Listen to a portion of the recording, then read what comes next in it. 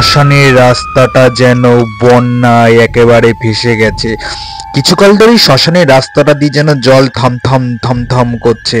পাশ থেকে যেন কোনো এক শাকচুন্নিদের আওয়াজ হচ্ছে, আমরা কি জলে ডুবে গেলাম, আমরা কি জলে ডুবে গেলাম। এইরকম শব্দে যখন চারিপাশ পুরো ভরে উঠেছে, তখন তো চারিপাশে একটা গা ছমছমে পরিবেশ।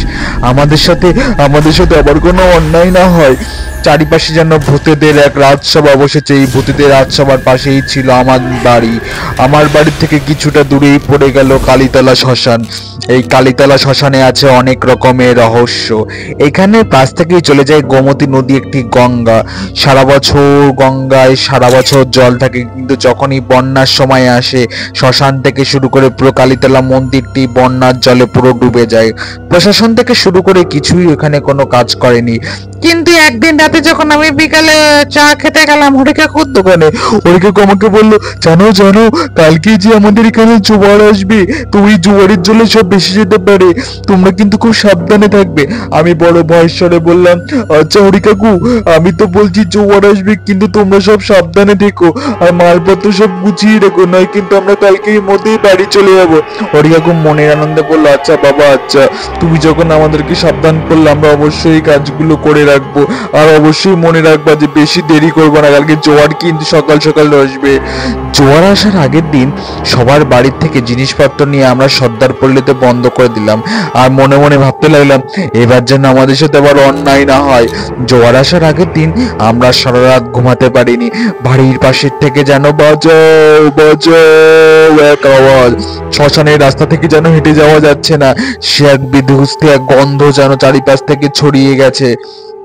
এমত অবস্থায় আমাদের গ্রামের সব থেকে মোড়ল বাবু বলছে, আমাদের গ্রামে যতবার এর আগে বন্যা এসেছে ঠিক এইরকমই পরিস্থিতি হয়েছে। তোমরা কি জানো যে এইরকম কেন হয়? এই কারণ কারোরই সঠিকভাবে জানা নেই। তবে অনেক কাল আগে এক সাধু সন্ন্যাসী বলতো, এই বন্যায় নাকি শ্মশানের ছাই ভেসে যায়, তাই নাকি এরকম অবস্থার সৃষ্টি হয়। তবে তোমরা কেউ ভয় পেও না, খুব তাড়াতাড়ি এই অবস্থা থেকে তোমরা মুক্তি পাবে। এই কথা শুনে আমাদের বুকে একটুখানি বল আসলো। আমরা বললাম, আচ্ছা দাদু, আমরা এখন তাহলে বাড়ি যাই, বাড়ি গিয়ে দেখি যে এরপরে যেন আর সাথে আমাদের কোনো অন্যায় না হয়। এই অন্যায়ের কথা বলতে বলতে আমি আর আমার বড় ভাই চলে গেলাম কাজে। গিয়ে দেখছি, আরে এখন তো অনেক রাত হয়ে গেছে, তুই এখনো বাড়ি যাসনি কেন? আরে বাড়ি যাবো মানে, আমাদের বাড়ি থেকে তো কিছু দূরেই শ্মশান, আর কালকে বন্যা আসবে, আর তুই জানিস না? আচ্ছা আচ্ছা, কালকে তো সেই বন্যা আসার দিন। সবাই মিলে ঘরের জিনিসপত্র সব গুছিয়ে নিলাম। পরের দিন কি আমরা রওনা নেব বন্যার দিন। হঠাৎ করে চারিপাশ থেকে গোমতী নদীর বাঁধ যেন ভেঙে গেল। বন্যা আসতে শুরু করলো, পুরো গ্রামবাসী বলছে, বাঁচাও বাঁচাও।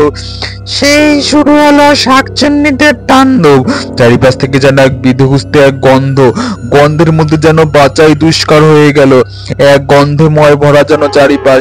সবার মধ্যে একটাই কথা, এইবার তো শুরু হবে শাকচুন্নি।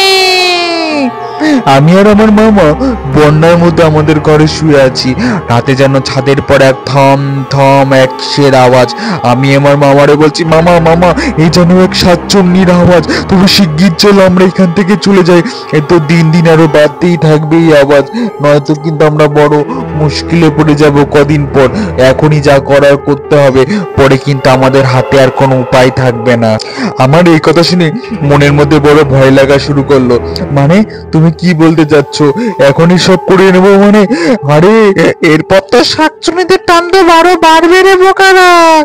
এই কথা শুনে আমি তো বড় ভয় পেয়ে গেলাম। আরে আরে এক কাজ করো, তাহলে এই আজকে আমাদের গ্রামের তারানাথ তান্ত্রিককে ডাকো। তারানাথ তান্ত্রিক শুনেছি এইসব কাজ করে নাকি তারাই একমাত্র পারে যে কোনো কাজের থেকে বাঁচাতে।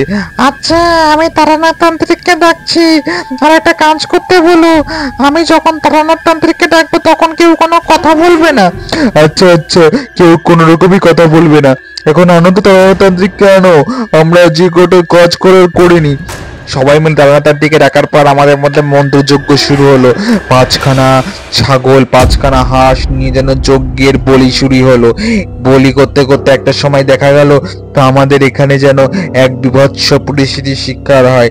চারিদিকে বন্যার জল যেন নিচে নেমে গেল, চারিপাশে যেন আবার সুখ শান্তিতে ভরে উঠলো।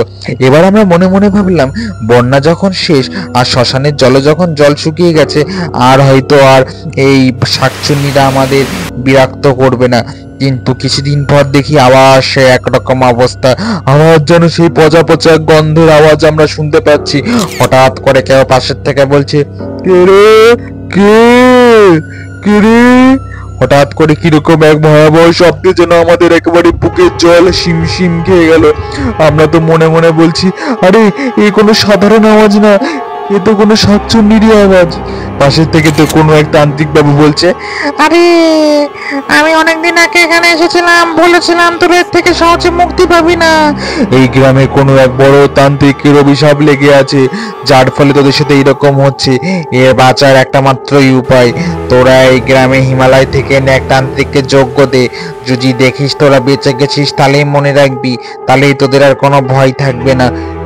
কথা শোনার পর আমি আর আমার বন্ধু মিলে চলে গেলাম সেই গ্রামের সেই রাস্তায়। আমরা যখন মন্ত্র পড়লাম, তখন সেই তান্ত্রিক সেই জায়গা থেকে উধাও হয়ে গেল। পরে আস্তে আস্তে পুরো গ্রাম যেন শান্তিতে ভরে আসলো। পরের দিন থেকে আর কোনো দিন সেখানে আর ঝড়ও হয়নি, আর বন্যাও হয়নি, আর কোনো জলও শোকায়নি।